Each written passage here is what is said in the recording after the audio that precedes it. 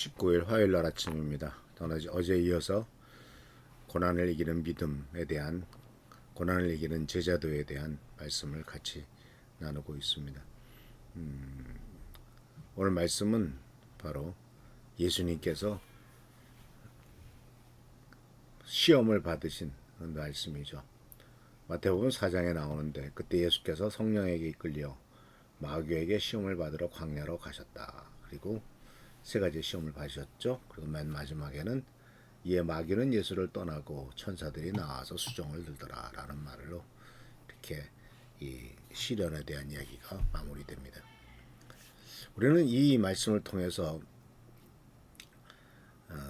예수님조차도 공생애를 시작하기 전에 광야에서 사탄에게 시험을 받으셨고 말씀으로 유혹을 물리치셨습니다. 그래서 이 유혹 또는 시험은 제자의 길에 반드시 등장하는 장애물이고 또 이것을 이기는 힘은 바로 말씀과 기도로부터 나온다라고 하는 것을 우리는 배웁니다. 그래서 먼저 우리가 알아야 될 것은 누구도 이 유혹을 피할 길은 없다라고 하는 것. 어느 누구도 유혹에서 자유롭지 않습니다. 아마 죽은 다음에나 유혹에서 자유로워질까요? 돈과 명예와 쾌락과 권력과 인정욕구와 불안 등등 많습니다. 근데 문제는 사탄이 굉장히 똑똑하다는 거죠. 즉 우리들의 약점을 정확하게 알고 있기 때문에 내가 잘 넘어지는 그곳에 꼭 올무를 갖다 놓고 넘어지게 만듭니다. 그래서 내 약점을 정확하게 알고 그 부분을 유혹합니다. 그래서 분명히 우리가 알아야 될 것은 예수님조차 유혹을 받으셨다면 우리 역시 피할 수 없다라고 하는 것이죠. 그러니까 예수님에게 다가간 유혹은 물론 인간의 본연의 모습입니다. 즉 요한일서 2장에 나오는 먹음직하고 보암직하고 지혜롭게 할 만큼 탐스럽기도 하다라고 하는 말씀이나 또는 뱀이 게덴 동산에서 아담과 하와를 유혹하면서 먹음직스럽다 또 지혜롭게 할 만큼 탐스럽다라고 하는 이런 모습들은 모두가 다 인간이 유혹당하는 중요한 세 가지 분야인 것을 볼 수가 있습니다. 그래서 우리는 여기서 무엇을 배워야 되냐면 중요한 것은 유혹을 피하는 법이 아니라 유혹을 이기는 능력입니다. 물론 어떤 때는 유혹을 피하기도 해야 되겠죠. 유혹되는 자리에 계속 술집에 가면서 나 술 안 먹어 그렇게 얘기할 수는 없지 않습니까? 그런데 오늘 말씀은 유혹을 이기는 능력을 가르쳐 주는데 이 하나하나의 단계를 생각해 보면 꽤 의미가 있습니다. 첫 번째 우리는 말씀 속에서 성령에 이끌려서 마귀에게 시험을 받으러 광야로 가셨다라는 말을 이 성경 말씀을 읽습니다. 굉장히 충격적이죠. 마귀에게 시험을 받으러 광야로 가신 길은 성령께서 이끌으셨다는 거지. 그러니까 이 예수님에 대한 유혹은 우연히 발생한 사건이 아니고 하나님의 뜻 안에서 이루어진 사건인 것을 보게 됩니다. 그리고 이 광야라고 하는 장소도 굉장히 의미가 있죠. 모세는 40년 동안 광야에서 양을 쳤고요.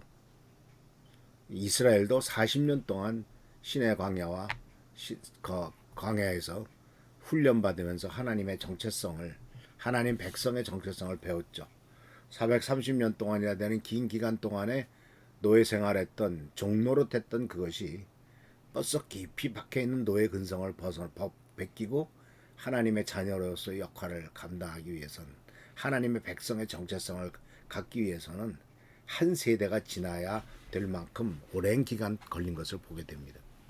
또 예수님도 광야에서 내가 하나님의 아들이거든 이란 말을 통해서 하나님의 아들이 뭐 하는 거냐 과연 내가 하나님의 아들이냐 라고 하는 이와 같은 메시아의 정체성과 역할 사명에 대해서 단련을 받으신 것을 보게 됩니다. 마귀는 내가 하나님의 아들이면 돌로 떡을 만들어 먹어라 또는 높은 데서 뛰어내려라 이렇게 하나님의 아들이란 정체성을 가지고 어떤 역할을 할 것이냐라고 하는 사명을 아주 교묘하게 왜곡시켰지만 예수님께서는 이 모든 것들을 말씀으로 이긴 것을 보게 됩니다. 그래서 고난과 유혹은 하나님의 계시지 않기 때문에 그런 일이 생기는 것이 아니라 하나님의 훈련장이다라고 하는 것을 볼 수가 있습니다. 아까 잠깐 말씀드렸지만은 유혹의 세 가지 유형, 이것은 바로 인간의 욕망의 핵심이죠. 첫 번째는 돌로 떡을 만들어 먹으라는 물질과 생존의 유혹이죠. 예수님께서는 능력이 있지만 자기 유익을 위해 사용하지 않으셨습니다. 그러나 기적을 통해서 사람이 오병이어의 기적을 통해서 많은 사람을 먹이지만 자기 자신을 위해서는 돌로 떡을 만들어 먹지 않으셨습니다. 또 성전 꼭대기에서 뛰어내리라라고 하는 명예와 인정을 향한 유혹이 있었지만 예수님은 하나님을 시험하는 것이다라고 하는 것을 그렇게 표현하고 계시죠. 굉장히 의미가 있습니다. 우리가 명예와 인정을 위해서, 내가 인정받고 명예를 얻기 위해서 시도하는 것들은 하나님을 테스트하는 것이다 라고 하는 예수님의 해석은 우리들도 깊이 생각해 볼 필요가 있습니다. 내가 왜 명예를 얻게 되고 인정을 받게 되는 것이 왜 하나님을 테스트하는 길이지?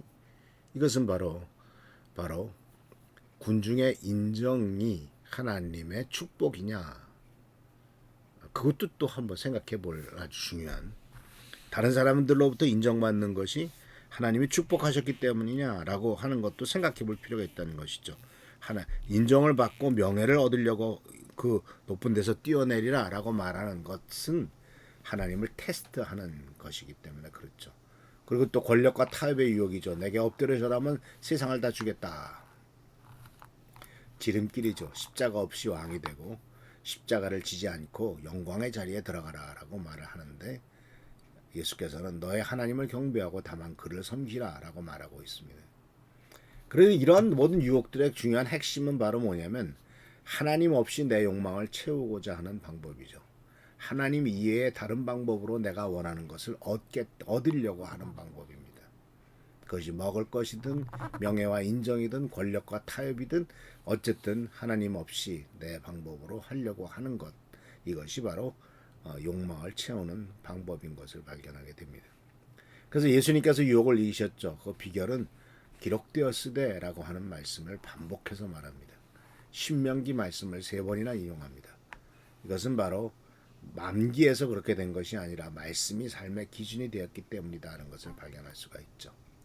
그래서 하는 성도 여러분, 우리들은 말씀과 성령으로 무장하시길 바랍니다.